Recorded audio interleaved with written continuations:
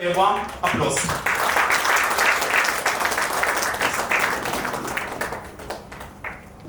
MVS Expressions is a dedicated platform committed to fostering civic awareness for the people in and around Mookkannoor.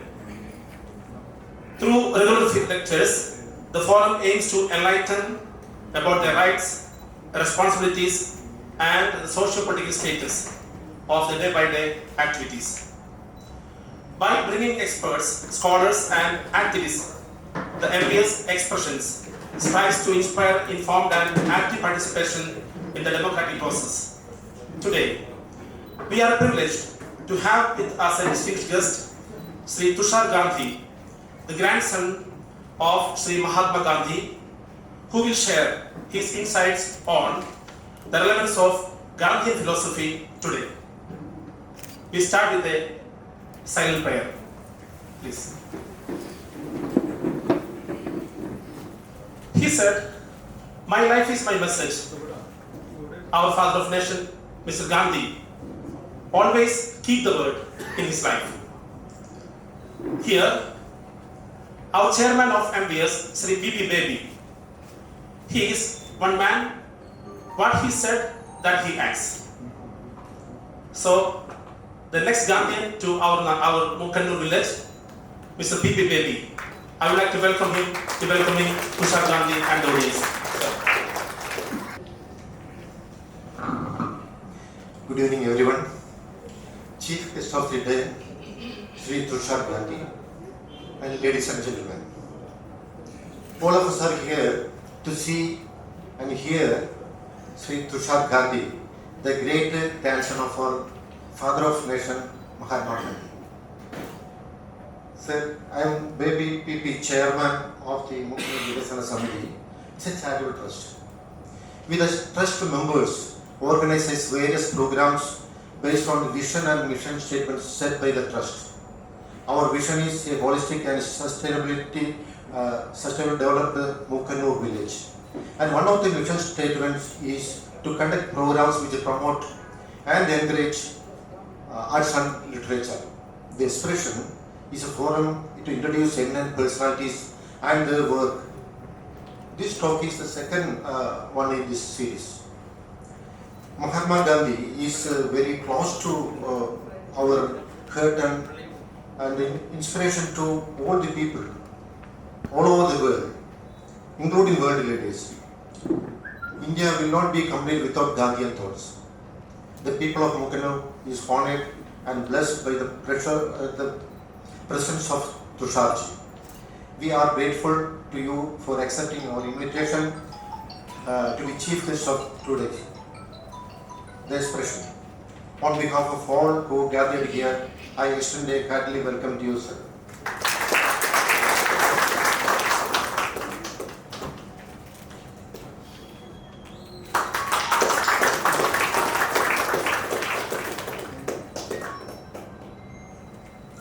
Last and but least, I would like to welcome each and everyone who are present here. Thank you. Thank you. Thank you, Chairman. The most powerful statement by Mahatma Gandhi was, "Be the change you wish to see in the world." നിങ്ങൾ എന്ത് മാറ്റമാണോ പറയാൻ ആഗ്രഹിക്കുന്നത് അത് നിങ്ങൾ തന്നെ കാണിച്ചു കൊടുക്കുക. In MVS platform, there is one person like that, that is none other than our Savior Gandhi sir. He is the man who simple to the soil and doing things whatever the people needs. So he always decorates high positions in his professional life, but he always make things in a simple way. So I would like to invite Mr. Savior Gandhi to introduce Mr. Tushar Gandhi. Chairman of Mookkannoor Vikasana Samithi and the President of today's meeting, Dr. P.P. Baby, our Chief Guest of Honor, the great grandson of Mahatma Gandhi, Sri Tushar Gandhi, and my dear friends. It is my distinct honor and privilege to introduce to you a remarkable individual whose lineage and personal achievements have made significant contributions to our society. Born in 1960, Shri Tushar Gandhi, the great-grandson of the father of our nation, Mahatma Gandhi, is an esteemed author, activist and a social activist. His grandfather advocating for peace and non-violence and social justice. Mr. Gandhi is the author of the critically acclaimed book Let's Kill Gandhi, which provides an in-depth analysis of the events leading up to the assassination of Mahatma Gandhi. His writings and speeches reflect a deep commitment to the Gandhian philosophy and its relevance in today's world. As an activist, Mr. Gandhi has been at the forefront of numerous social movements, tirelessly working to address issues such as communal harmony, poverty, and human rights. His efforts have inspired many to embrace the values of compassion, tolerance, and equality. Today, Mr. Tushar Gandhi will be sharing his insights on the relevance of Gandhian principles today. In a world that often seems divided and tumultuous, his words remind us of the enduring power of truth and non-violence. Please join me in giving me a warm, loving welcome to Mr. Tushar Gandhi. The moment we have all been waiting for has arrived. Now, the grandson of our dear Mahatma Gandhi, Mr. Tushar Gandhi, is going to represent and present the views of the topic, relevance of Gandhian principles today. Mr. Tushar Gandhi, we eagerly waiting you, sir. Welcome, sir. Thank you very much for such a warm welcome to your village over here. It's indeed I feel very honored for this welcome and this affection that you have shown to me. I have been asked to talk about the relevance of Gandhi, but I want to shift a little bit from the relevance of Gandhi today, because I think we need to understand Gandhi before we decide whether he is relevant or not. Because it doesn't matter. If you think he is not relevant, it doesn't make any difference. If you think he is relevant, if you do not adopt his methods as yours, it doesn't matter also.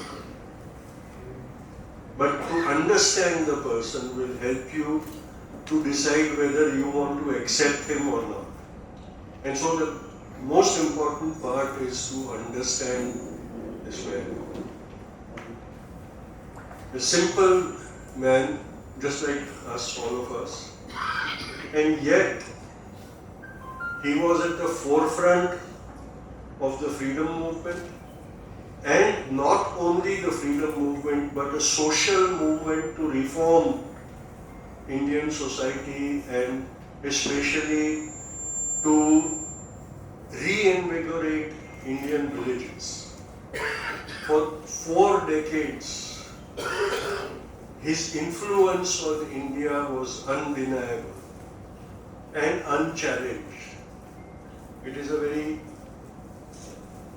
it's almost an impossible thing for leaders to do of today, unless they are dictatorial. And even dictators have been known to be finished at one point of time. Dictators who felt as if they were invincible were completely obliterated by the movement of their people. And we have examples of that the world over.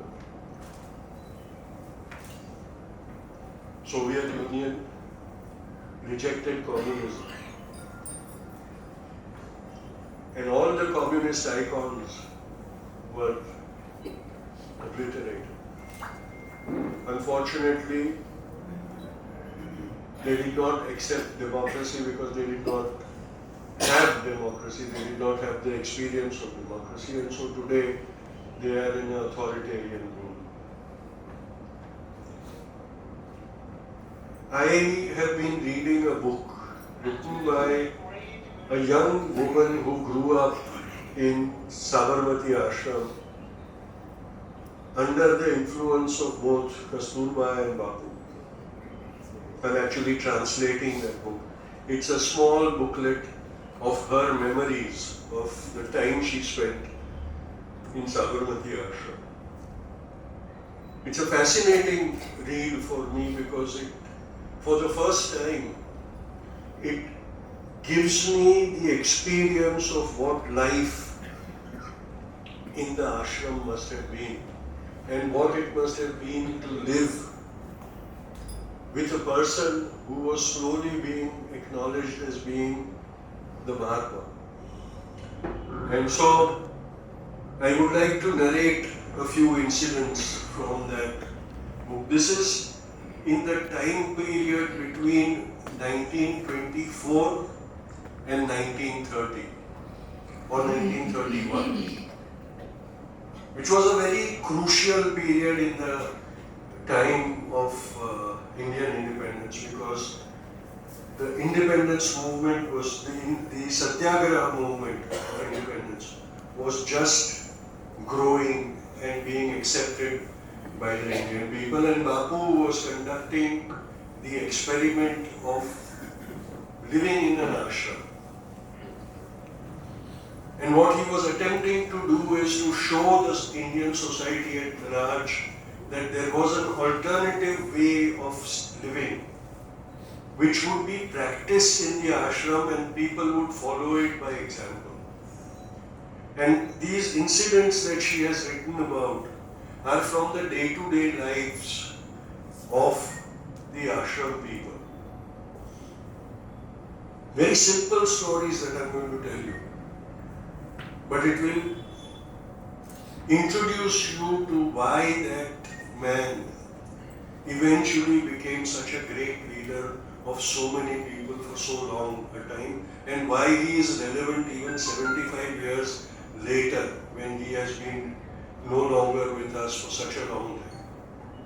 75 years, almost 75 years since his death. More than 75 years since his death, his murder.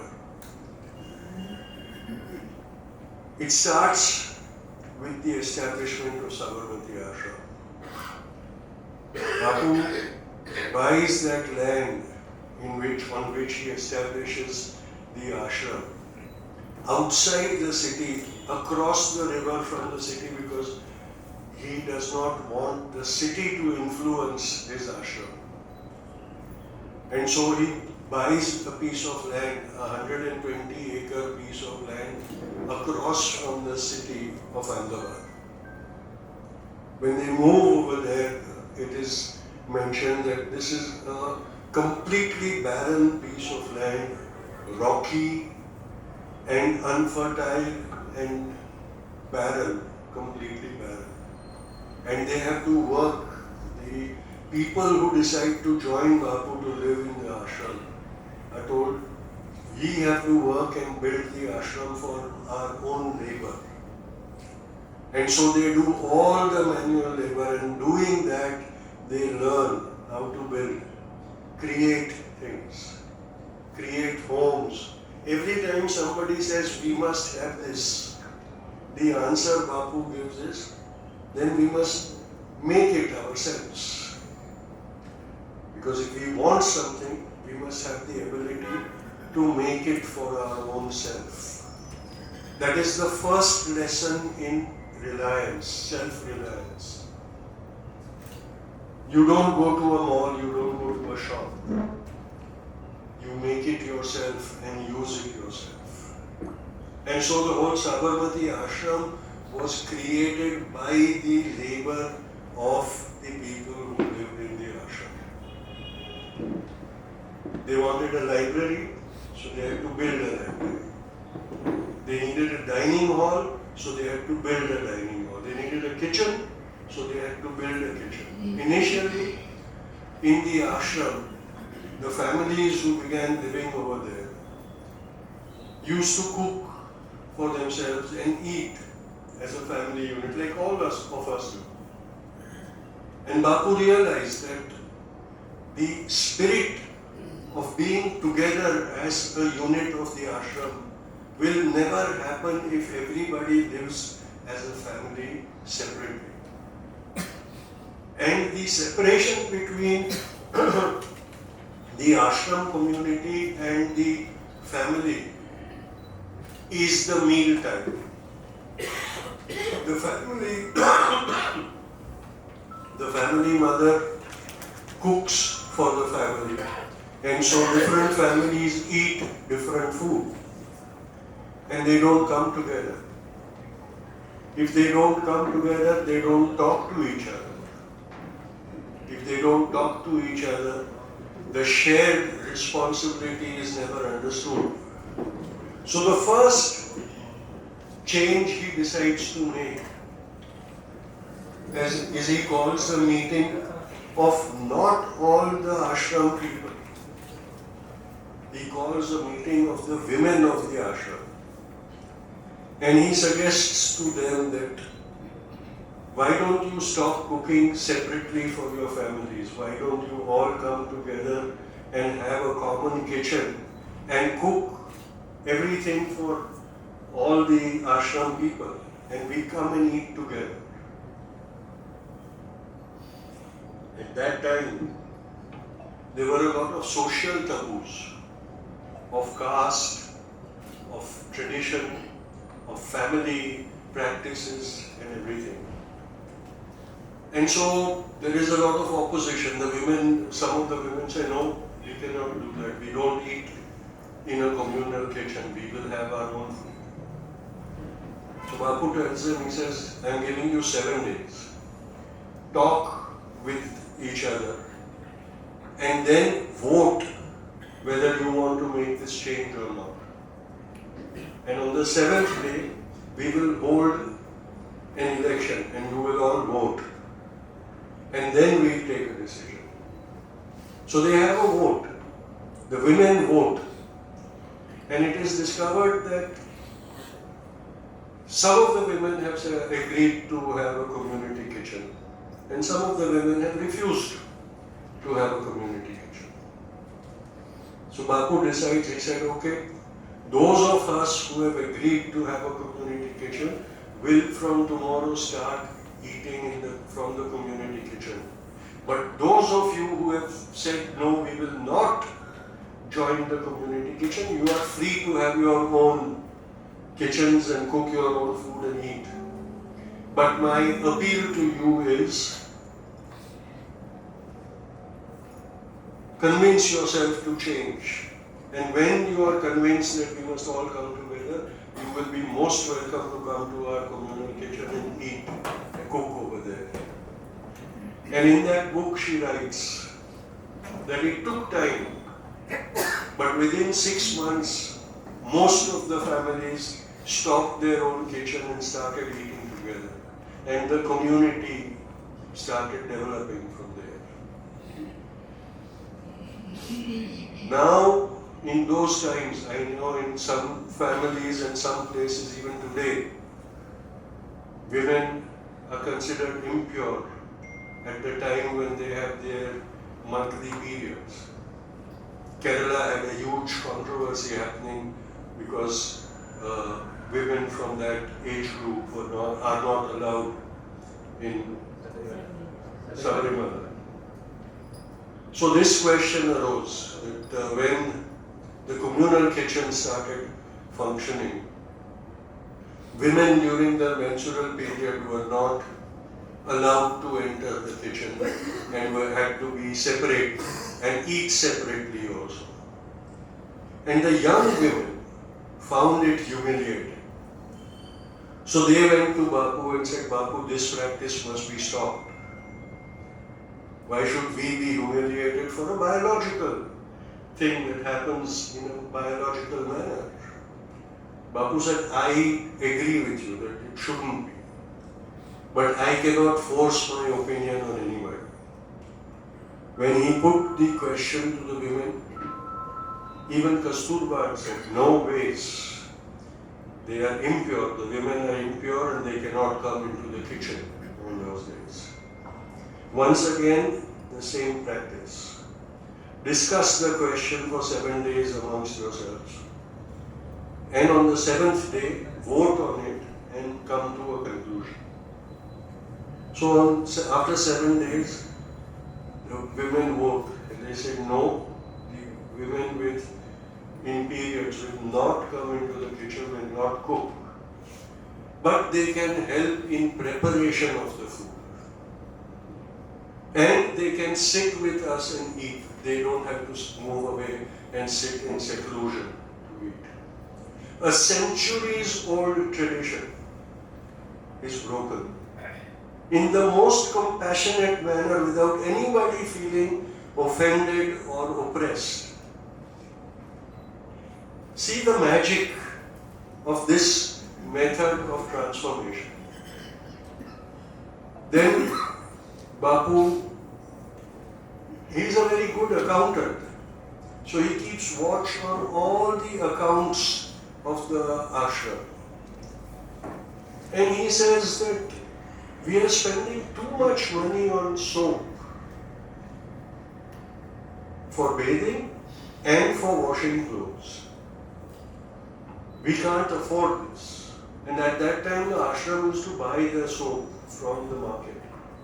And he said, we don't have the money to spend so much.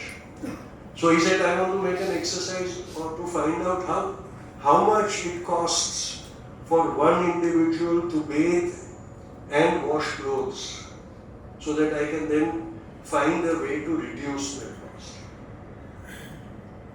So he carries out that exercise, comes to a conclusion that every time clothes are washed and a person bathes, the cost of soap used is 7 paise.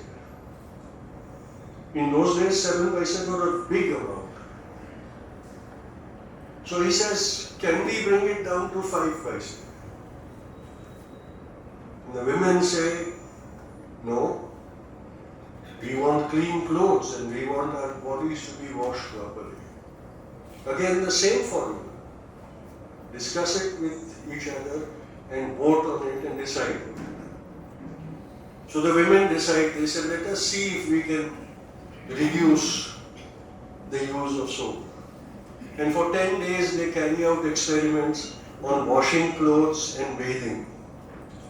And discover where soap is used more and where soap can be used less. I know this sounds very boring, but this is the basis of understanding Gandhian methods.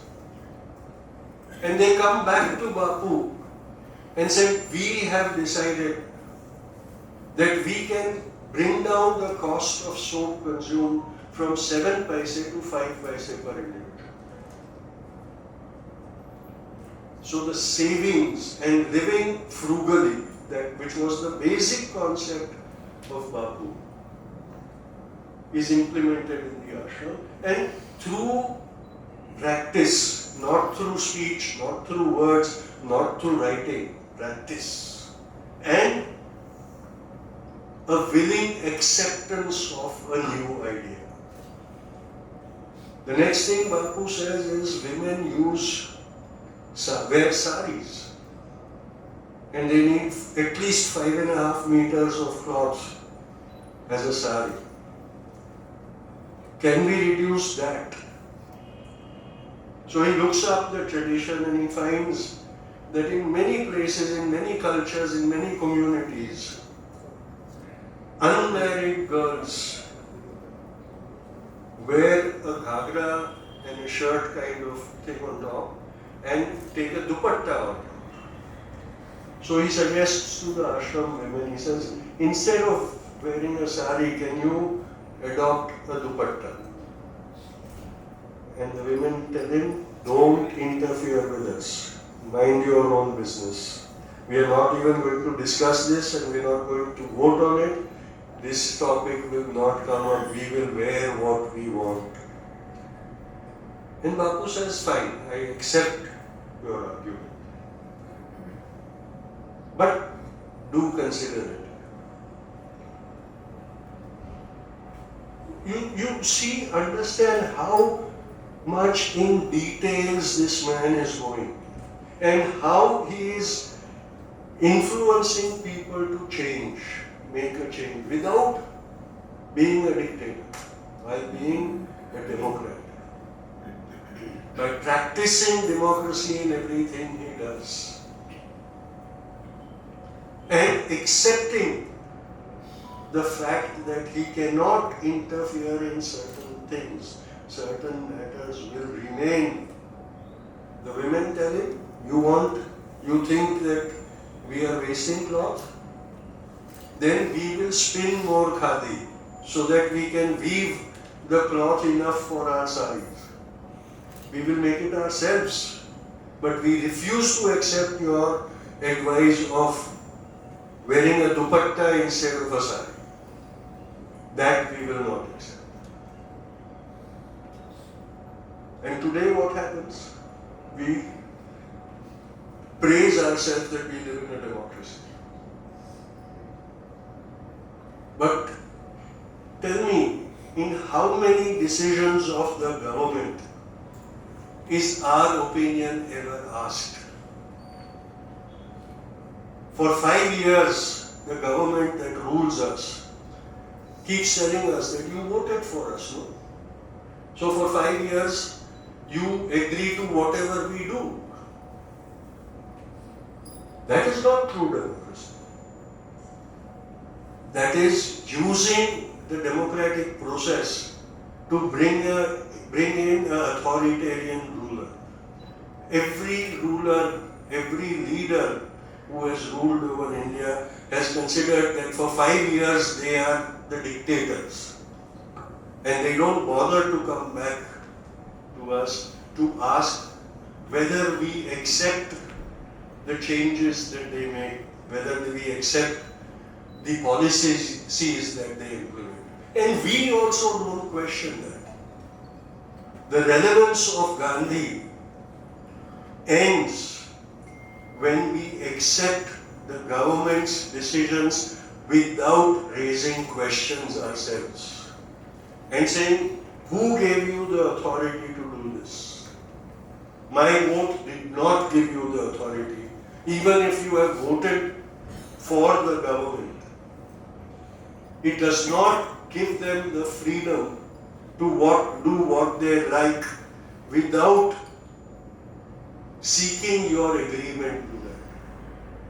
Bapu could have said, I have established this ashram. I will make the rules and you will obey my decisions. But not a single.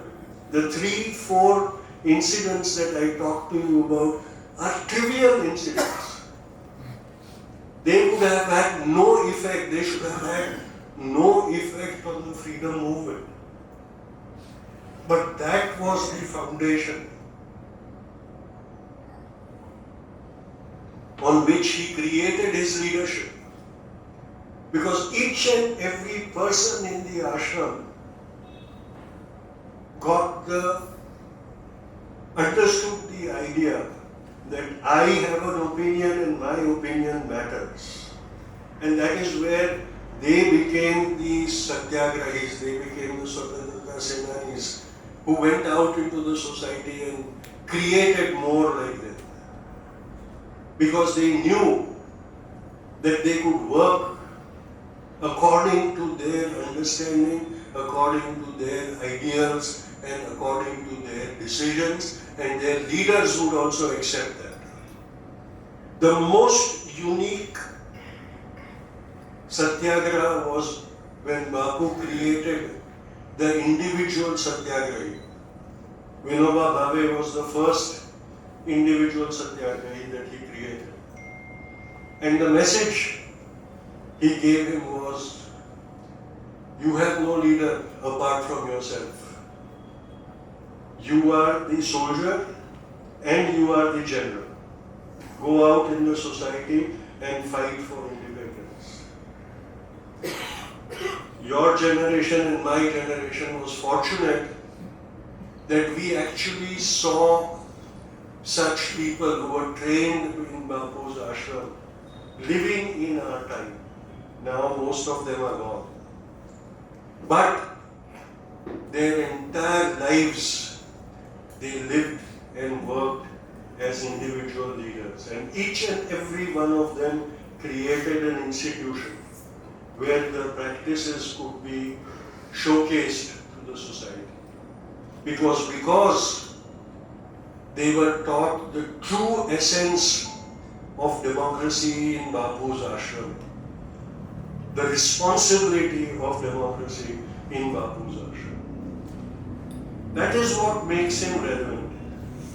Not the notional things where we'll say, how can Khadi be relevant today where we have such good machine-made cloth? But study how the machine-made cloth is made. Today when we are so conscious of the damage to the environment, study how damaging the mills are, the dye making industry is, the fiber making industry, man-made fiber making industry is, the synthetic cloth industry is. Today when I came here, I was very happy to see many electrical vehicles being used, hybrids and electrical vehicles. And many people feel that they are protecting the environment by using these non-fossil fuel vehicles. But every time you charge that vehicle, have you ever thought that the industry that produces electricity to charge that vehicle is burning poisonous coal to make that electricity? And if we use and we consume that electricity, how are we environmentally conscious? How are we protecting the environment? We are just switching from one polluting fuel to another polluting fuel. So when we make that change, that holistic thought is lacking. That is because the basic teaching has not dwelt on the basic questions. I talked about how he made change. The community kitchen was his weapon to break down the society and social caste-based taboos of that time, where it was considered that the food is impure if it was touched by anybody apart from your own caste group. So the first thing he did was establish a community kitchen saying, in my ashram you will not practice all those taboos. But that too was not a compulsion. It was one of the basic experiments to bring about equality in caste amongst the people. We don't see it. Even when I narrate that story, we don't see it as the reform movement in practice. Another thing that he did, which was very revolutionary for its time, when satyagrahis were arrested, and especially the ashram people were arrested by the British for conducting satyagraha, Bapu made it a practice. The British had a practice where every time a new batch of prisoners was brought into the prison, the jailer would line them up and ask for their caste. And then when he discovered who was the lowest caste amongst the prisoners, he would give them the duty of cleaning toilets. In those days, there were no flushable toilets. They were bucket toilets to relieve themselves. And from time to time, they had to be emptied. So it was pretty filthy work. And so the jailers would give it to the prisoner of the lowest caste and contested. And the jailer lines you up and says, tell me your caste. You will tell him your caste, but the highest caste person from the group will voluntarily step ahead and say, I am going to do the toilet cleaning job, and deny him the ability to give it to the lower caste people. So in prison you will defy the caste system. Mahadev Desai, his secretary for 25 years, was a high-born Brahmin. He was from one of the Brahmins of it. It was such a revolutionary step to take to change that practice which was feeding the prejudice. Even today, in our democracy, there are people who refuse to clean dirt. They will complain about the dirt. They will complain about the filth, but they will expect somebody else to clean it up. And when you say, why don't you clean it up? Yesterday I was interacting in Mumbai, I was interacting with a group of American children studying in America, growing up in America, but of all the other ethnic communities. And one of the things that they did was they went to the beach in Mumbai and cleaned it up for one day. And they were telling me that there were other children playing around over there. So when we went to them and said, join us to clean up the beach, they said, no, this is not our job. We will not clean it up. Because from childhood their parents have told them that cleaning is not our job. That is done by somebody else. We must not do it. Even today we have these practices. And think about it in that time. To create these kind of small practices that changed the mindset of the people. Those were the people who, for the rest of their lives, never ever shied away from doing what everybody else considered to be the filthiest job, and denied the caste system. This is what makes Gandhi relevant. This is the way that we must understand Gandhi, study Gandhi, and then we will understand and appreciate what he achieved in his time. An ordinary individual, as ordinary as all of us, how he managed to become the leader of one of the most populated nations in the world. Even in that time, even when we were enslaved, we were still a nation. And he brought about that change. That is what makes him important, that is what makes him relevant. So thank you very much. ചോദ്യങ്ങൾ ചോദിക്കേണ്ട സമയമാണ്. ചോദ്യങ്ങൾ ഇംഗ്ലീഷിലും മലയാളത്തിലും ചോദിക്കാൻ കുഴപ്പമില്ല. മലയാളം നമ്മൾ വേണ്ടി വന്നാൽ ട്രാൻസ്ലേറ്റ് ചെയ്യുന്നതാണ്. ചോദ്യങ്ങൾ സിമ്പിളായിട്ട് ചോദിക്കണം, നീണ്ടു പോകരുത് please.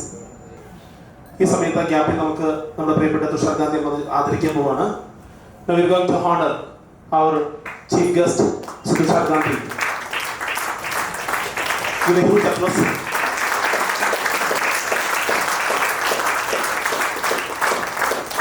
Thank you, sir. Thank you. Sir, my name is Joseph. I am a 9th standard student. I would like to ask you that you are such an eminent personality. So you must have gone through many hardships to reach this level of success. Could you tell me what inspired or motivated you to reach this level? And could you also convey a message to the youngsters for this generation? I don't think I am qualified enough to give a message because I still have to learn a lot, and I have to still prove myself capable of giving a message. But I will answer your first question. It was always expected that I had the responsibility to carry the legacy of my great-grandfather. But I did not accept it as that. And for a lot of time, even today, just in the meeting before this one, I was asked that Bapu always promoted khadi, and yet I was wearing a blue jeans. how can that be true? I am not a vegetarian, so I eat everything and I enjoy non-vegetarian food. Many a times people come to me and they are very angry with me. They said, if you eat non-vegetarian food, how can you talk about Gandhi?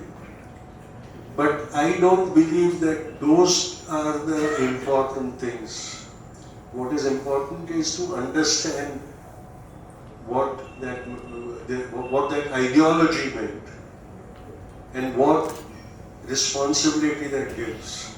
And do it out of understanding and conviction, not just because I'm the great grandson. So I gradually accepted that as I understood my great grandfather, as I really learned about him for myself, not what others told me, not what my grandmother told me or what my father told me, but what I learned for myself. So I have an image of my great grandfather, which may not be the correct image. And that's where I say I still need to learn a lot more. And that's why I stop myself from giving any messages. But if anybody wants to be inspired, then my life is always open. I never, it's not as if I go into my house and I become somebody else. And when I come out in the public, I'm somebody else. I'm dressed in the same way, I speak in the same way. Just now, before coming for this meeting, I was downstairs enjoying the meat cutlets. And I was eating it in front of everybody. I didn't say, please can you take it into a separate room so I can have some and then I'll come out and talk to everybody. So what I have understood is I must be what I am. And let people judge whether I'm good or bad. I will not love people who believe I'm good and I will not hate people who believe I'm bad. It's their opinion and they have the right to have that opinion. And we must always respect that. So if there is a message, then that is my message. Thank you. So my observation from the beginning is that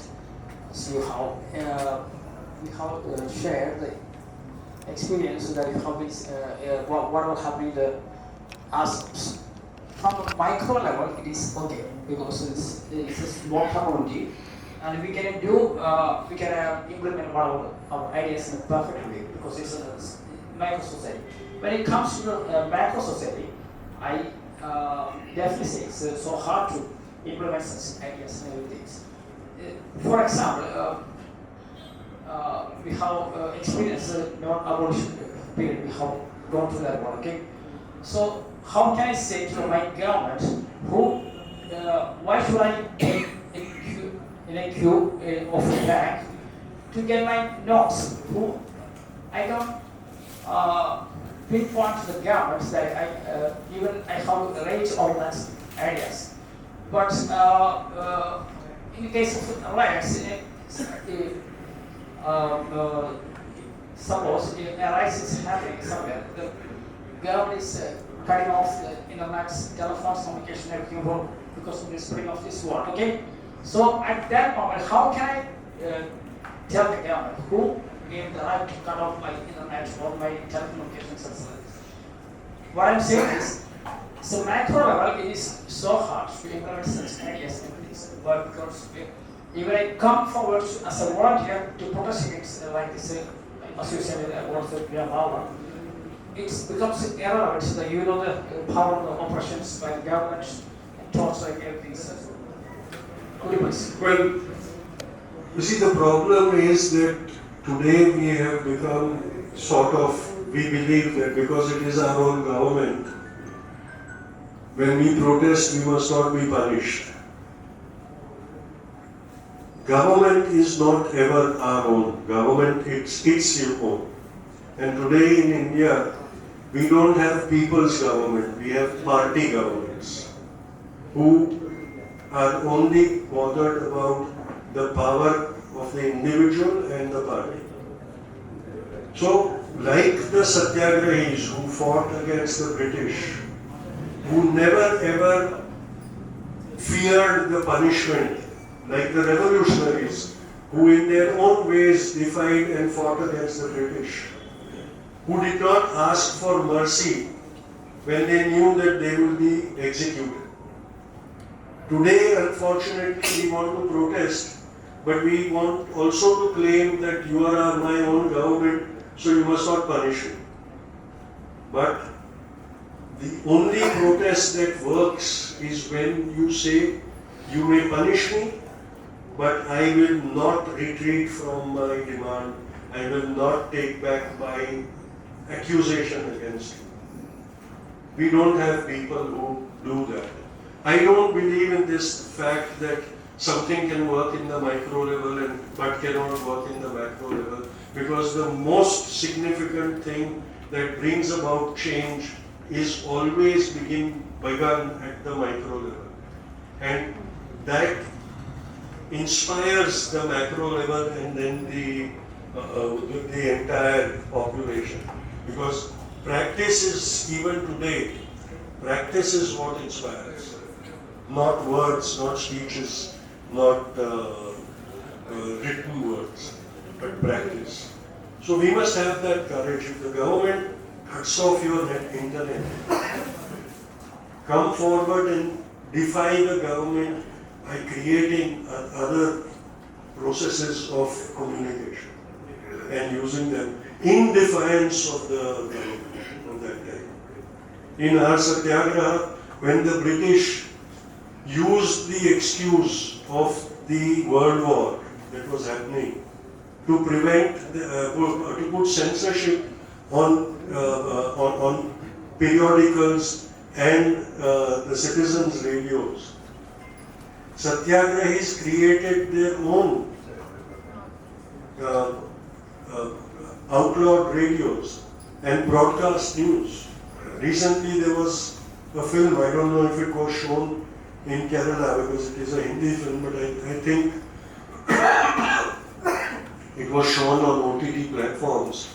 It was called Hai Watan Mere Watan. It is a true story of Usha Mehta, who during the 1942 Quit India movement, when the entire leadership was arrested and all forms of communications were curbed, they ran a radio station called Congress Radio, which would broadcast news to the entire nation from illegal radios. And for 4 months, they defied the British by broadcasting from different locations, and the British couldn't catch them. Finally, they were arrested.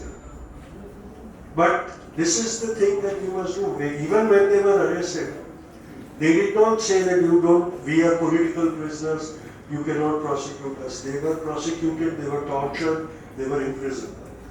They accepted all the punishments. But said, when you release us, we will start our radio once again. Today we don't do that. And that's where we believe that we can't fight. First, remember, it is not your government, it is a group of people who have formed the government because you selected them and elected them. But the day they form the government, they stop being your government and they become the party's government. So they are as alien as the British were for us. And if these set of rulers do something that you do not accept, protest, fight, and accept their punishment, but don't give up defying them.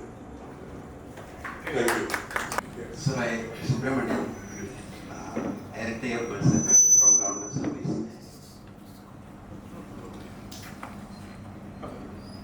Sir, with great pleasure in hearing you here, I want to ask some questions. In the beginning of or the first part of your speech, you have expressed an idea here that For 4 decades, our Mahatma stood unchallenged. And at the last of your speech, you said Mahatma Gandhi's activities for reforming the caste system. And I am focusing on that part. When Gandhi was alive here, the reformist persons like in India, Ambedkar and the Tamil reformist P.V. Ramaswamy Naikar, Jyoti Rao Phule, and such other persons. Even now in Kerala, you have heard in many platforms, Arundhati Roy have raised questions about the casteism and the views on caste system in India about Gandhi. And the main point is, Gandhi was not, he was about to reform casteism, but not stood for abolished casteism in Hinduism. For example, in 1920, when Nagpur Congress was conducting and going on in Nagpur International Conference,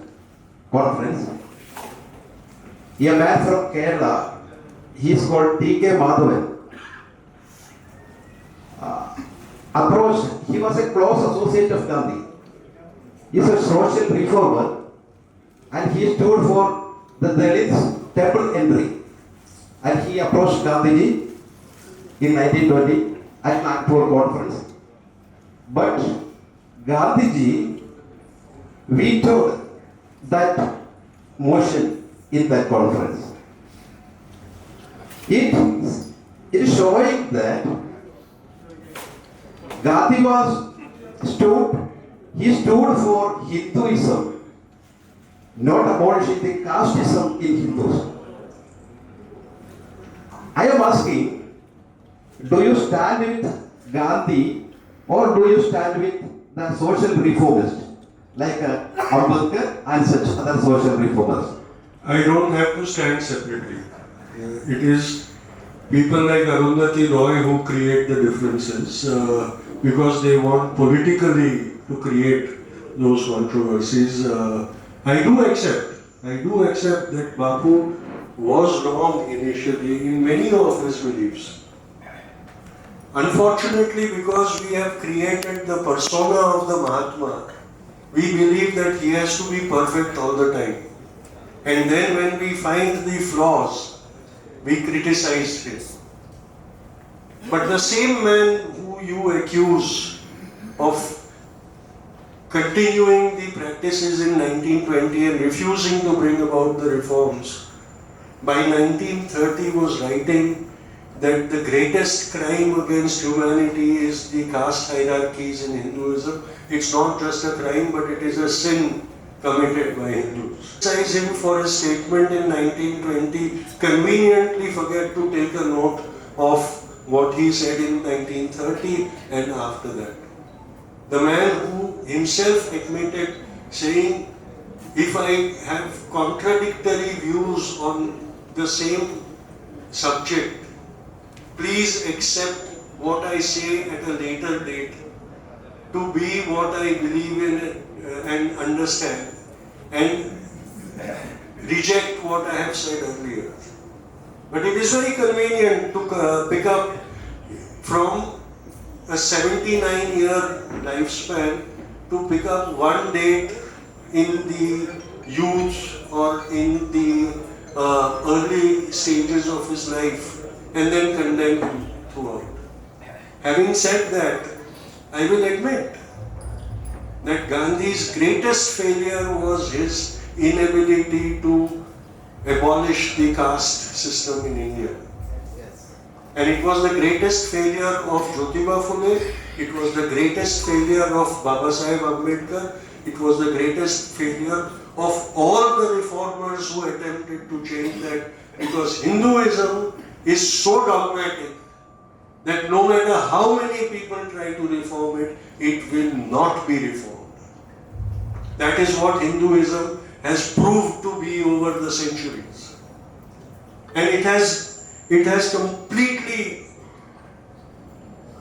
proven all the reformers to be failures. And if they were alive today, they would also all stand up and admit that our lifelong work was negated because the religion or the society that we were attempting to reform refused to change. So not only Gandhi, but Babasaheb Ambedkar, Jyotiba Phule, Periyar, Naikar, everybody failed because the system they were trying to reform refused to reform and refuses to reform even today. And I want to ask one question. Yes. After Mahatma Gandhi's sacrifice, in spite of people like you tirelessly working, have you felt that the communal violence and unrest has reduced in India? It has increased, it hasn't reduced. The divisiveness, that is the second failure which Bapu himself admitted. In the last 2 years of his life, he lamented the fact that he believed that his people were non-violent. He said the true nature of Indians is reflected in the violence that is in its creation, the violence during the partition and before the partition. And he was the most disappointed and sad person in those 2 years.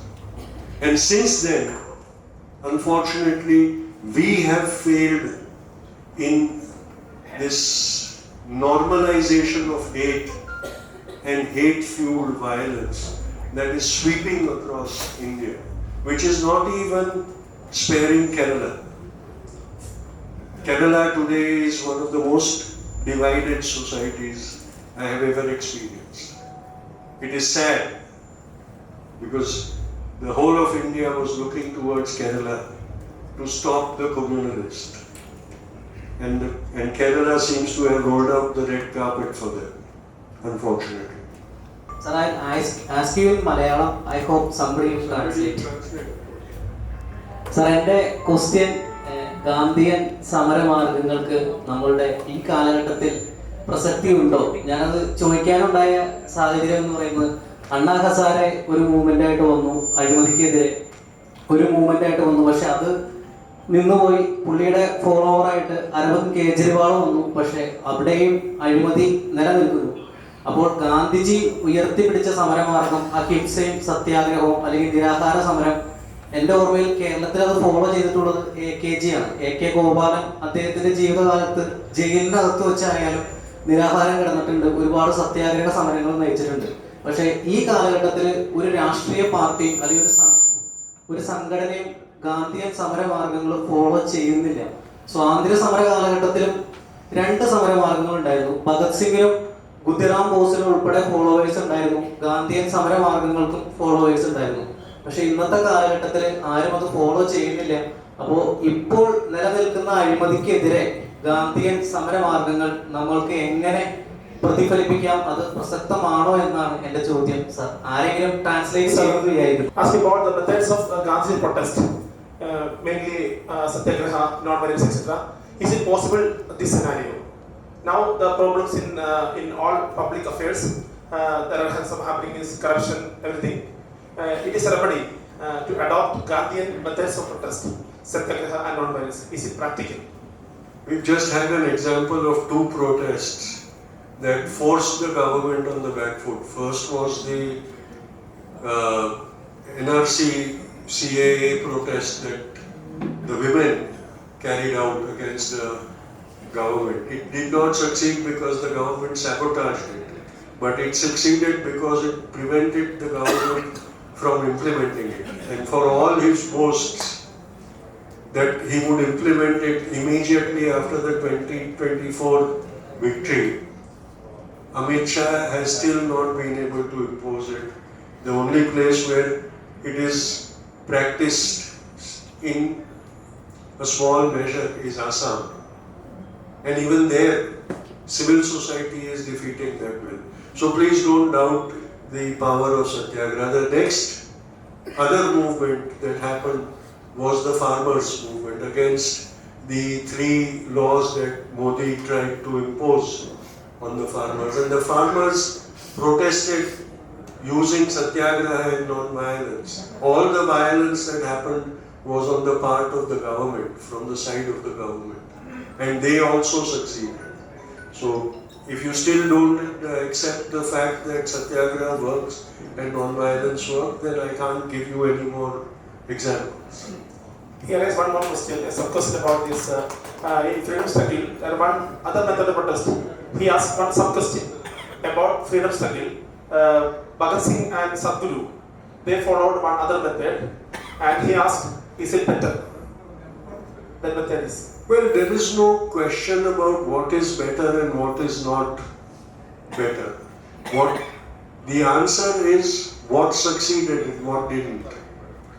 And the revolutionary movement did not fail because Bhagat Singh and his Chandrasekhar Azad and others were not good enough. It failed because the Indian people refused to follow their footsteps and adopt their methods. But the Indian people accepted Satyagraha and non-violence, and that is where Satyagraha and non-violence won. And the revolutionary movement, although it was no less important, did not succeed in achieving the result for which martyrs like Bhagat Singh and others gave up their lives. The fault was not theirs, the fault was of the people, the weakness was of the people of India who refused to emulate those martyrs. We live in an era where our Prime Minister tells us that Gandhiji was known to the whole world just because of a film. Yeah. And there is an actress who says that we got real freedom of India in 2014, and what we got in 1947 was a charity. And we have now, the actress is an MP now. Exactly. She's an MP. She's an MP now. Now we had an MP, Brij Bhushan, who was accused of molestation by our Olympians, and he went unscathed, untouched. We have the right to vote. Once they they get the vote and won the election, they become Maharajas, untouchable, in inverted commas. Now, these are the situations in front of us. We have only one party in India which at least have in theory proposed the voters the right to recall. Well, it has not been implemented. They have not reached that political power to give idea to the nation. Okay. At least there is one political party has thought of it. But we have all these instances in front of us. We are powerless. We can't do anything. Once they are in power for 5 years, we can't impeach them. We as voters. This theory of right to recall has not been implemented. In the meantime, what can we do against against the people or leaders of these kinds? Well, the only thing we can do at the moment is to ensure that they are not re-elected. I agree with you that the greatest sin against citizens of our democracy is that they have been denied the right to recall. If we have the right to vote, and if they can form the government on the basis of our vote, and if they can switch parties and form governments on the basis of our vote, then the voter should have the ability to say, I don't want this person to represent me any longer, and he has to be recalled. That reform has to be made. Unfortunately, no political party will bring it in, not even the party who is suggesting it at the moment. When they get the majority, they'll say, no, that is impossible to implement. So, please don't even think that there is a party that will do it. There will be parties who will talk about it as long as they are sure that they are not going to have the majority to bring about that change. The day they have that majority, they'll say, no, I want power for 5 years because I'm going to do good, I'm going to give free bijli, free pani, free school. So don't disturb me with all these things. Unfortunately, that is the liberty that our democracy gives us. So I always say that we have never become a participative democracy. We are just an electoral democracy, where we can elect a government and then they can do whatever they like for 5 years at least. And that is where the 2024 election began with the slogan, Ab ki baar 400 par. Because God forbid if they had gone for 400 par, we would not have remained a democracy. We are all having a feeling that we are living in independent India. But I don't have a feeling that I am independent. Especially, independence means what we have to have enshrined as per Constitution, especially fundamental rights. And I think now we are not have any fundamental rights enjoyment in India. And is it the right time to kickstart the second phase of independence to uphold constitutional values, especially fundamental rights? What's your opinion? How can I disagree with you? I cannot disagree with you. But we have to change. We have to become responsible. We have to become selfless citizens of this country. Unfortunately, we also are self-seeking citizens of this country, and that is where corruption thrives. Because we also want selfish favors from our politicians. If you go to a politician's office, you won't find out of the 100 people standing outside his office, you won't find more than 2 people who will have gone there to request the elected representatives to do something for the community. They will all be over there for personal favors. So as long as we are selfish citizens, we will get selfish leaders and self-serving leaders.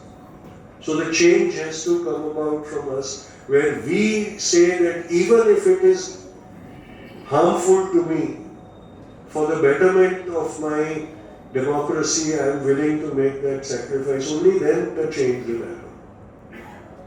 The revolution doesn't have to be in the sense of chaos. The best revolution is of the transformation of the smallest unit of that democracy, and the smallest unit of our democracy is the individual. So that transformation, if it happens, then the change will automatically happen. It will take time, but it will happen. And that will be the revolution that really brings about everlasting change. Otherwise, it will always be, we will remove one set of self-seeking leaders and then replace them with people who will form those habits and addictions soon, because we will then continue with the practice of seeking favors for ourselves. So this whole vicious, I'll give you an example.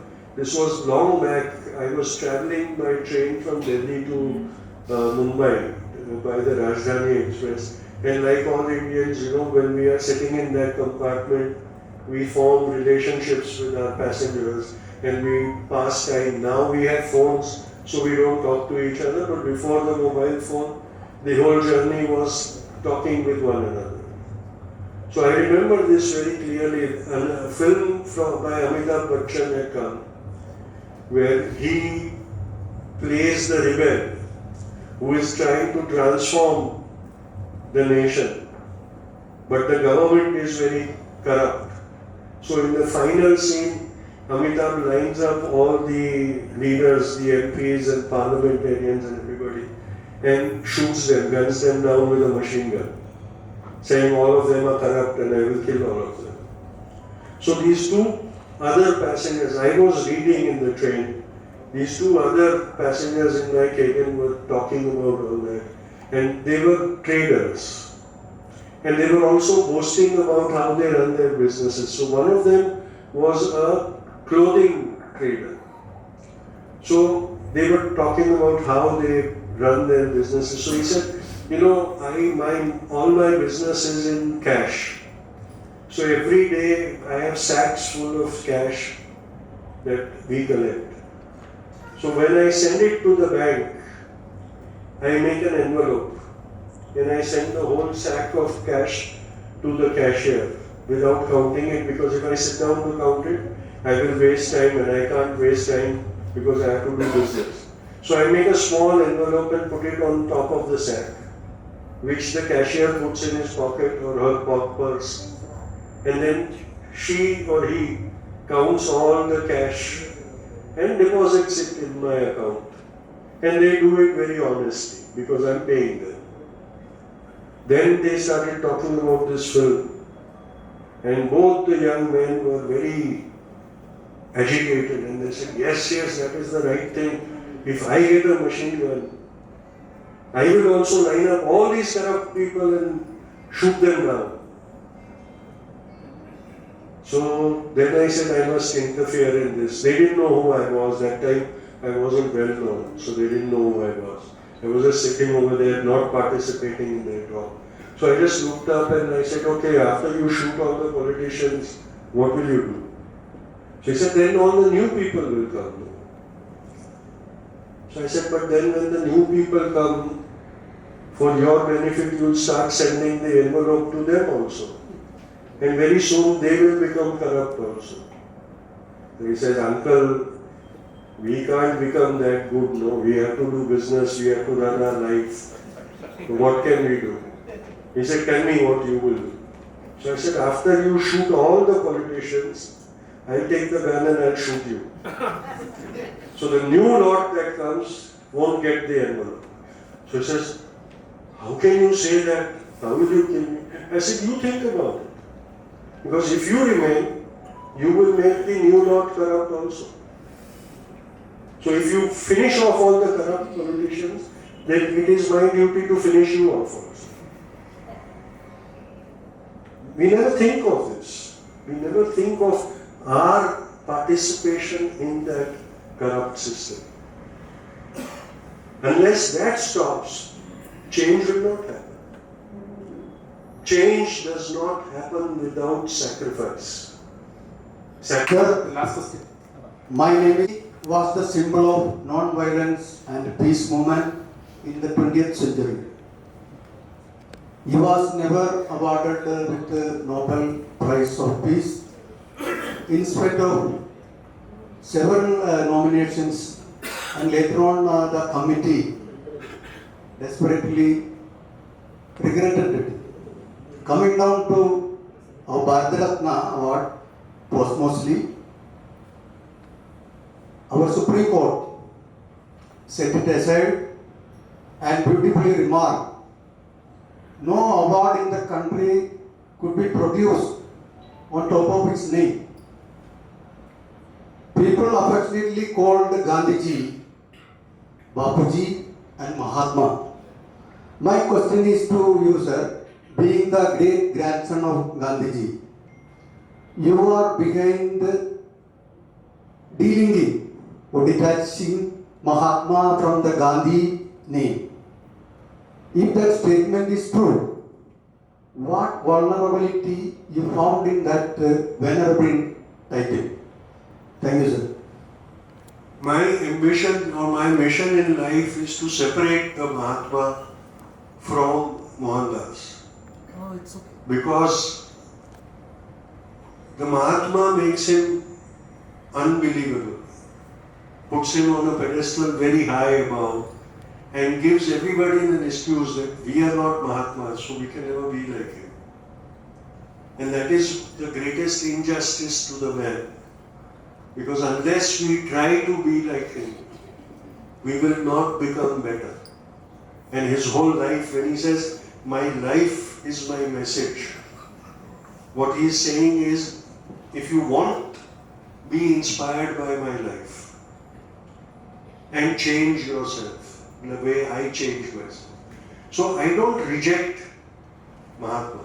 I'm just saying that please don't worship the Mahatma and forget the individual. Because if you do that, then your worship of the Mahatma is false. Coming to the Nobel Peace Prize, yes, he was nominated for 5 times and was not given the award. You must understand that the Nobel Peace Prize Committee consisted of European imperialists. If you look at the committees during his lifetime, they were all the dukes and ruling elite of Europe.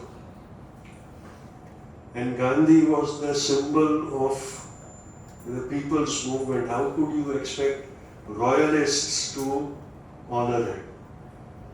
Finally, when in 1948 they said now we cannot refuse him the Peace Prize, before they could announce the award, he was assassinated. And so it gave them the excuse to say we don't give it posthumously. And so now we will not give it. They have expressed their regret in doing that. I believe that not being awarded the Nobel Peace Prize is not a loss for Bapu, but it is a discredit for the Peace Prize itself. Because 7 of the people who won the Nobel Peace Prize since then, in their award acceptance speech, have named Bapu as their inspiration. I think that is the greatest award that he could ever have gotten. He inspired 7 people who became worthy of the Nobel Peace Prize. As far as Bharat Ratna goes, I would like to correct you. It was not the Supreme Court. When these Padma Awards were instituted, there was an opinion that the first award should be given to Bapu. And at that time, the union government consisting of Sardar Patel, Pandit Nehru, and all the contemporaries of Bapu said Bapu was much greater than any award that we could give him. And so we must not reduce his stature to a mere award. And so they said that he will always remain somebody who is deserving than any of the greatest awards that they are. The Supreme Court ruled because somebody made an appeal saying that because Bapu has not been given the Bharat Ratna, the court must order for that. And they, on that appeal, they ruled that let us not reduce him to an award of some kind. But the original decision was taken when the Padma Awards were instituted themselves, and the committee that instituted that, which comprised of the senior union ministers of that time, decided that they would not reduce Bapu to the status of an award. So this is what it is. Because tomorrow I have 2 more programs. I've just done 2 speeches and question answers. I need to preserve my voice for another one. So to your community and to your town, it is a privilege to be here for me. And I hope I'm a very ordinary person, so many of you might be disappointed with me, but I'm who I am. I'm sorry if I disappoint you, but thank you very much in any case. Thank you, sir. Just the feedback എടുക്കുന്നു 30 second മാത്രം minus ചെയ്തു. Thank you, Tushar ji. Listening to you, I was just having it in my mind how the DNA within can work after centuries even.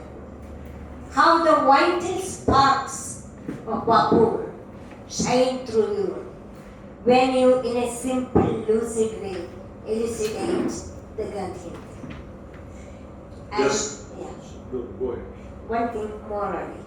I have heard about you from Arindam Roy, the journalist, your friend, and I hope I can meet you there at SMS Fest, Chandiniya Military Fest. Here, I wrote 2 lines on Bapu of his relevance. You needn't strain your throat, just give me the engineer, my tribute to Bapu. Just 2-3 lines only. Please. I'm a poet, written professor. Bapu, more than ever we need you in these turbulent times. Your cosmic vision, universal brotherhood, non-violence, the need of our times. Here where we fight, spark below, nanobounds of religion, race and caste, patriarchy, hierarchy. Today, when the greed for dominance propels cosmopolitan consumerist concerns hold upper hand, and their cudgels falling over nature culture, Bapu, we need you. We need you most in this turbulent times. I just want to make a final comment on what you began with. An anchor from CNN once asked me this question on his show. He said, Tushar, do you have the DNA of greatness in you? He said, is it a genetical thing? That there is a greatness DNA. And my answer to him is, greatness cannot be inherited, it has to be earned. And I haven't earned it. We are living in times when we see corruption around us, but we don't have the courage to speak up about us. And we make it difficult for others to actually come forward and speak about it. In these particular times, today's topic is all the more relevant. There is no better person to talk to us about the Gandhian thoughts other than Sri Tushar Gandhi. It was such an honor for me to be part of this wonderful event. On behalf of the organization Mookkannoor Vikasana Samithi, I would like to extend my heartfelt gratitude to our esteemed guest Sri Tushar Gandhi, who is a well-known activist, author, orator, and also the great grandson of Mahatma Gandhi. Thank you. Thank you for accepting our invitation and for being with us today. Next, I would like to thank already Nijol Masha has expressed the Citizen Enlightenment Forum members for allowing us to have our guest today here. Come back. Sit. Next. He'll come back. Next, I would like to thank Mookkannoor Vikasana Samithi Chairman Sri Baby PP for giving full support and guidance for conducting this series of talks. Thank you, sir. Sincere thanks to MVS Expressions convener Xavier Gregory sir and other coordinators of Mookkannoor Vikasana Samithi who handled this event throughout, who made the event possible. Thank you. We would like to mention about Joshmal and its owner Ausepachan MD for providing this facility for today's event. Thank you, Joshmal. Finally, I would like to thank you, all of you present here, for making the time to be with us here today and helping us make this event a grand success. Thank you everyone. ഇന്ന് ഈ മനോഹര സായനത്തിൽ ഇവിടെ എത്തിച്ചേർന്ന എല്ലാവർക്കും നന്ദി പറഞ്ഞുകൊണ്ട് ഞാൻ നിർത്തുന്നു. നന്ദി.